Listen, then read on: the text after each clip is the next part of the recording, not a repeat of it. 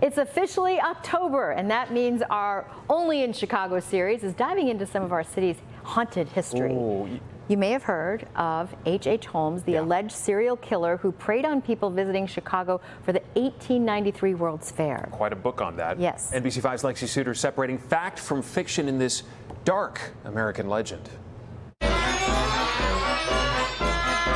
1893 World's Fair is certainly a highlight in Chicago's history. I think that's part of it. I think the story is part of it is the fair itself is such an amazing story. 690 acres across the South Side transformed a city within the city, commonly referred to as the White City because of the building's design. They were all painted white and all in a style called Beaux-Arts. It was just magnificent. The fair was grand and it was glowing, but the second part of this story isn't so bright. Enter HH Holmes, allegedly a serial killer and con artist, referred to in Eric Larson's book as the devil. There are allegations that he took people from the fair and lured them there. About a mile and a half from the fairgrounds was a 3-story building where Holmes lived.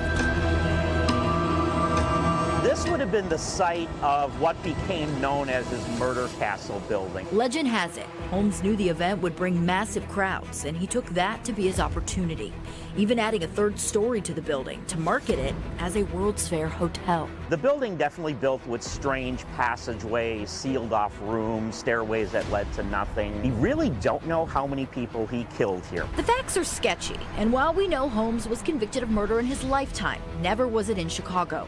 Some say the devil in the White City is simply a tall tale with all the elements for a good story. I've heard stories that, he murdered 200 people and he had ovens in his apartment building. I think most of that has been debunked. There's so much unknown factors with H.H. Holmes. He used a lot of different aliases. We honestly don't know how many people he killed or killed in this building. And though Holmes's building is long gone, the Inglewood Post Office now stands in its place. Some report weird activity in the basement, and some may have no idea of the lore that lives within it. People do say the basement is haunted. They say the staff does not like going into the basement. On the South Side, Lexi Sutter, NBC5 News.